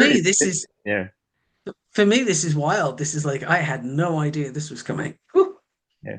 Well, this like for me is not purely her. It's I've been the how you present like wardrobe and stuff like that has been on me for the last 3 months, but very much picked up like Baba Yaga has been very, very keen on the you got to clean house, you got to start projecting who you are. You have to and you have to put in place if you want to accomplish something, you have to make yourself available to it again by the cleaning house, by making yourself prepped for that position. Boom. The mystical Mic version of drop on dress that for the one. job, yeah. The mystical version of wear the Yes. clothes you want for the dress for the job you want. Yes. That's actually, yeah, put a bow on that one because it's like, yeah, dress for the job you want, dress for the vibe you want, dress for the interactions you want. 100%. Like, what are you putting out there? Because that's what's coming back. Wow. That's actually landed in such a different way for me. It's mind blowing. Well, because I think probably your problems, you're right. What came to you is probably the same way it was for me. It's like the when you're thinking the magical, you're not thinking about your presentation because you're thinking Right. about the energy and the flow, and you're not thinking. But I had for a while. The reason I knew about what not to wear is because for a while I did have this understanding of how you flow and present yourself does come through your fashion. So I was watching makeover shows and stuff like that, and like fashion competitions just to see the ideas presented and why certain choices were made over others. You know, Well, I'm 100% diving into that stuff. Like, wow, I'm going there. I haven't, like I said, I haven't worn makeup in more than a decade. right? Um, and I have stories around all of that, right? Like different lifestyles, different things I've done in different places. There was a time where I wouldn't dream of Mhm. setting foot outside the house without being correctly, in my eyes, Right. attired and makeup and what Yeah. have you. And then I went totally the other Put your way. face on. And yeah, and now I went totally the other way. And it's like, whoa, okay, pendulum swing. Now let's move back to somewhere in the middle, hopefully. Um, so interesting though. Yeah. That's pretty wild. Yeah, and it's funny because since we're talking about it anyways, like for a while, like when also similar conversation of the why do I dress the way I do? It's like I am very weird. Well, when you get into magic, you usually come across as weird to other people when they have any extended period of time with you. But it's like, so this is my dressing part of it is my gift to society, so they know that they can still approach me and still talk to me. I'm still a person that they can approach. So I take on some of the uniform of normal person, but then Well, like I would I'm say, but looking if I had forward to money, normal person would not be my wardrobe. well, I'm looking forward to seeing what you can do from where you are. Hmm, Because we can always use the treading water excuses right. of, well, I'm not thin enough, I'm not Hmm. young enough, I'm not tall enough, I'm not rich enough, etc., etc. That's always an excuse. Always. Well, If I and can kit out half a dozen kids with $10 yeah, in a thrift store and keep them happy for a summer, then, I think we can do more than we're currently doing. You, me, anybody else that's listening. you know what? So since we're still on this idea and it's still being pushed more, I'm going to share an aspect of me that I don't really talk about. That I don't think I've really spoken about on the podcast. So, like I said, I'm 5'5", right? But unless I'm actually standing next to someone who's taller than me or the actual height, the people usually assume I'm like 5'7", 5'8".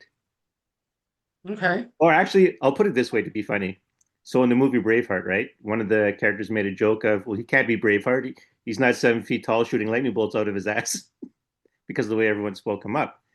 And I had that kind of similar thing. People were like, when people would find out, like when I was in martial arts, so I was 5'5", 155 pounds, and people were like, bullshit. There's no way you're that size. You got to be like 5'8" or something, or like 170 at least, or a bit more. And I'm like, it's only until they see me actually someone that height that you go, oh shit, you're Mhm. not that tall. I'm like, because it was the image I was projecting of myself. So it was their perception of me by the persona, or, well, I guess the my persona or whatever Uh-huh. preceded me. No, it's the image you project. Yeah. Absolutely. And you just reminded me of something that I've had like my entire life, which is whenever I haven't seen someone for a Mm, while and I then see them, and this is in person rather than on screen, I will inevitably be asked, well, have you lost weight? And I'm like, no, I put on 5 pounds, or whatever the answer is. mm, But every single time, obviously people remember me as being fatter than I am right. because when they see me, they think I've lost weight. And that has been the case since I was a kid, and I've never understood it. I really haven't, but I'm obviously projecting something there that people get that from. And now how tall do you think I am? Actually, I want to say 5'7", 5'8", not just because I just said it, but Okay, well, 5'6.5". okay. The half's important. But yeah, it's just interesting that people in my life have always thought that I've lost weight when I Mm, see them. And I was like, there's two ways I can look at this. I can be very sort of, yay, look, they think I've lost weight. Isn't that cool? Which, let's investigate that one on its own because it's yeah, not necessarily. But then the other thing is, oh, thanks, you remember me as being fat, huh? yeah, And that's a whole other thing, right? But if the listeners got some experience like that in their lives, that would be interesting. I think it'd be interesting to hear about, but also look into it. Like, how are you projecting? yeah. What Well, what are you projecting? yeah, it was a fascination for a long time because I used to play Dungeons and Dragons, but people would pattern their warriors off of me because people would Hmm. literally ask, "Well, what?" Like, I guess nowadays people would say, Well, "What are it's the your vibe. stats?" But what's that? Yeah, but it's the vibe. It's Yeah, not actually, you don't have to tick a box for your height. right. You But know, that's my, the thing. my husband Also, gets this thing when people meet him in person, because typically they see him on a screen, who might talk to somebody. He's an author, so he mm, tends to be sitting down a fair bit. mm, And when people see him, they're like, "Oh, wow, you're tall," because he's 6 foot, and they for some reason think he's more like 5'8". right. So again, it's an image that's projected, right? And people Yeah. are always surprised when they see that. No, actually, he's a decent height. He's quite Mm, tall. Um, yeah, it's one of those weird projection things, and I think we all have something that people will, oh, don't you have blue eyes? I always thought you had blue eyes. Like there's yeah. always something that people get wrong repeatedly about you. That is an interesting place to investigate, I think. Yeah. Well, for me, actually, speaking of eye color, if you ask me someone's eye color, my usual answer is their eyes are black because I look into people's eyes. I don't look at their eyes. Ah, And then I say to myself, well, if I don't know what the color, because everyone's eyes aren't black, that's just not a thing, right? Like half my siblings have blue eyes, half my relatives have blue eyes, a good chunk of relatives have blue eyes. Um, so it's like, and I think my grandfather had hazel. Like everyone had different colored eyes. So like, but so then I was like, okay, what am I doing that I don't know what color people's eyes are? But it's because I always look into people's eyes, you know. It's only like I have to step back and actually look at their face first and see the color of their eyes. Oh, okay, now I okay. And then I go back to mm, it turns black again because I'm looking into them. right. That's this all opens up interesting lines of inquiry, I think, for the person to inquire about themselves. It's like, okay, why does that keep being a thing? What does that mean? And I know I've now got even more work than I already had to do, thanks for all that downloading and what have you. Mm. But that is a lot, yeah. Well, it's because what was I going to say? Part of the thing I learned a long time ago about myself was to be successful at what I'm currently my projects I'm working on is that I have to show the value of it,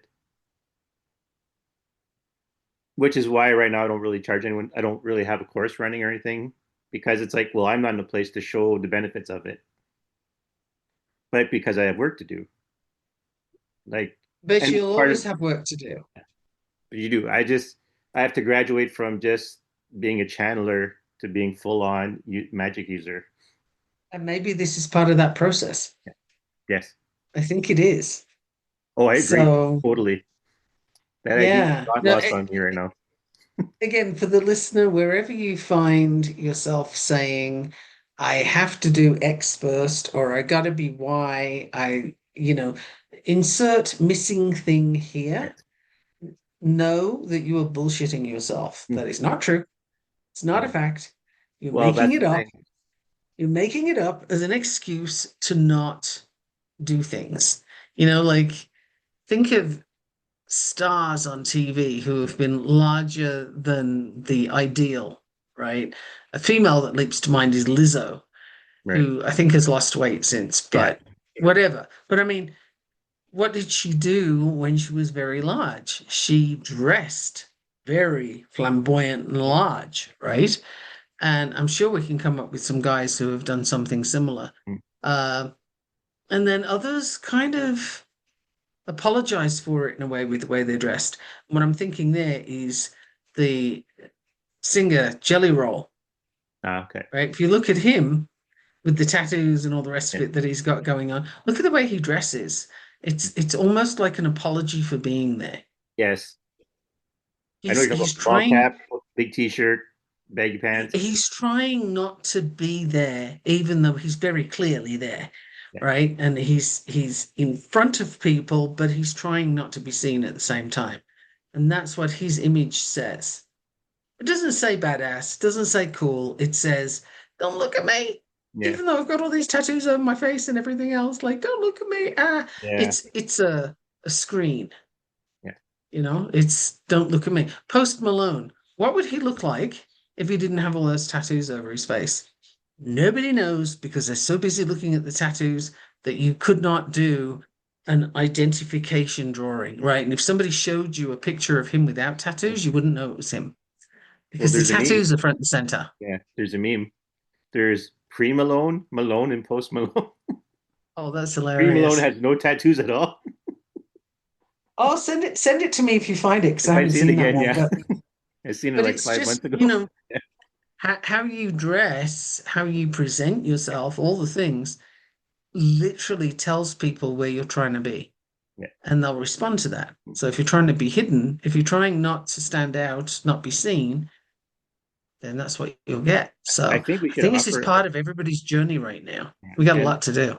I want to offer this because I did mention, so what not to wear, right? So you'll have a lot of fashion consultants say, this looks good on you, this looks good on you, this will project this image. But here's the deal, it has to be you because you may have noticed that there's nothing that pisses people off more than when you try to project an image of something you're not, or at least something they think you're not, Because it's out of alignment. right? Because it It's gets it under doesn't people's skin. land. Like, Yeah, because it doesn't land right. They can't react to you in an authentic way right. because you're not where you need to be. Like it's just you kind of there's a glitch in the matrix going on there. So I got some YouTubes to look at. Yeah. There's a, well, like I said, right? When I was a kid, I got a lot that, oh, you're going to grow up to be a priest. But as in implying, oh, there's a lot of wisdom in there, and there's a lot of this sense of the mystical, of the, of the more earthly, I guess, for lack of a better way of expressing it. So I'm like, well, I don't want to be a priest. Like, who the hell wants a life like that? Like, and I still don't want it. But I am kind of living a life of what a mystical person is supposed to be doing. And I think that's what they were picking up on. Hmm. Well, I think we've opened a pretty decent space Mm. for people to play in. This is a large Yeah. sandbox, lots of toys. And it's funny, at the risk of, I'm looking over my shoulder because I've gotten threatened a couple times during this episode for saying this, for coming close to saying it.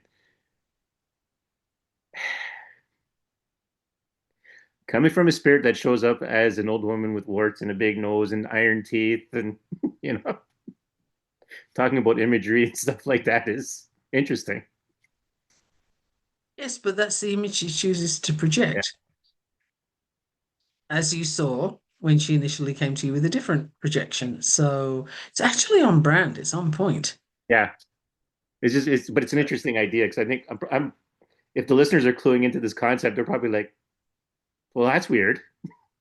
The one who shows up as an old crone, living in the woods and, dressing in simple peasant clothing and whatever, Is is projecting telling an you, image. yeah. But it does Yes. make sense because that's the image she's projecting. Because it does make me It's wonder, like she hasn't done the maiden thing again. I said like show up however you want to show up. You don't have to be the maiden uh-huh. to me to make me pay attention because that's not how I work. I've been obsessed with Baba Yaga since I was young. So like I did, so she's been showing up as a crone. Mhm. So like I mean, so whether or not she's actually the maiden and she's just using the crone as a symbol of authority.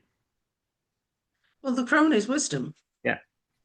right? So, but I would say it's 100% on point because everything about the image of Baba Yaga presents, projects this image of don't freaking come bothering me unless you've got a big quest, a Yeah. significant point, and you're going to work for it. And Right. anybody else gets put off because it's difficult to get there. The house keeps moving. And then when you see her, it's like those teeth are scary, man. Mm. And what's with the face and da, da, da, and you get distracted, right? You're pulled away from that quest, from that thing that you're trying to reach. So she's putting barriers up all the way with how Yeah. she looks and how she presents, how she projects. So it's actually 100% on point. Yeah. I'm not saying everybody needs to go out there and pretty up themselves. I'm saying Right. you need to go out and Right. actually be in line with what you're projecting. Show on the That's the outside what you are on difference. the inside. Yeah, like whatever that is, go do that. And if you're not comfortable in what you're doing right now, or if something could be better, like you could feel more in alignment, then you need to go do that. Right. So for some people listening who don't have the full vocabulary of this environment, let your outer self show your inner self. So be authentic. Yeah. Without other people's rules, Patrick. Right. If Yeah. he's still listening. Yeah. I'll make sure he listens. He'll listen to the episode because he always does, but I'll make sure. Uh-huh. But yeah, so this is about being as authentic. Again, back to the theme. Know yourself, be yourself, love yourself. Now you're adding the outwards Show appearance. yourself. Yeah. Now show Now yourself. it's show yourself, which is So I just wow. banged two fists on the desk. Yes, show yourself. We're about halfway through the year.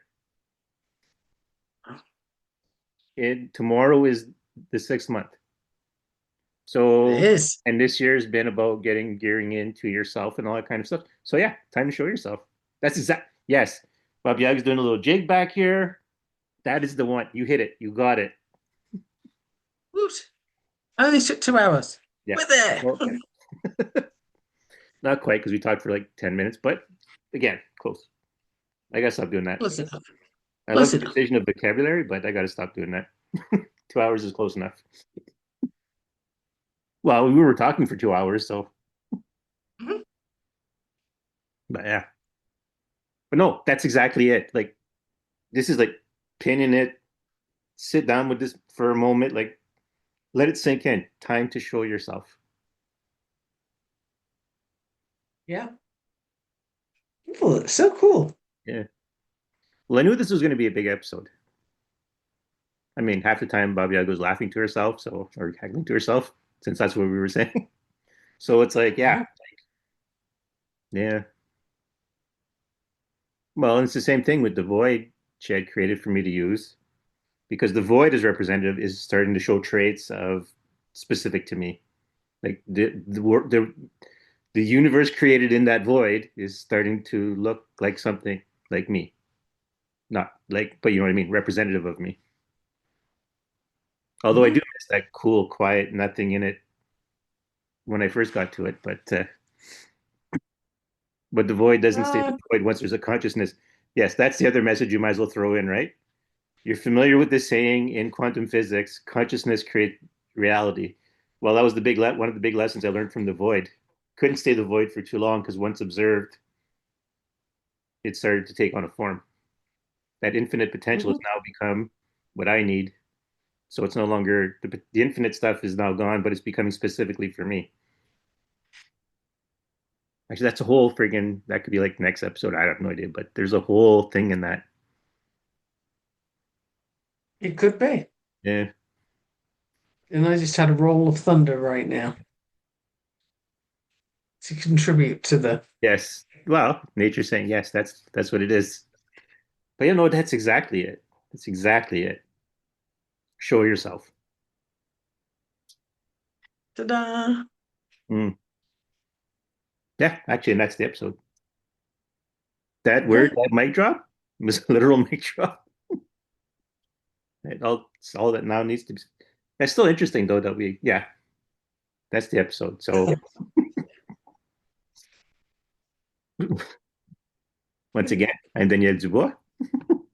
And I'm Michaela Gaffinstone. Until next time. Until next time.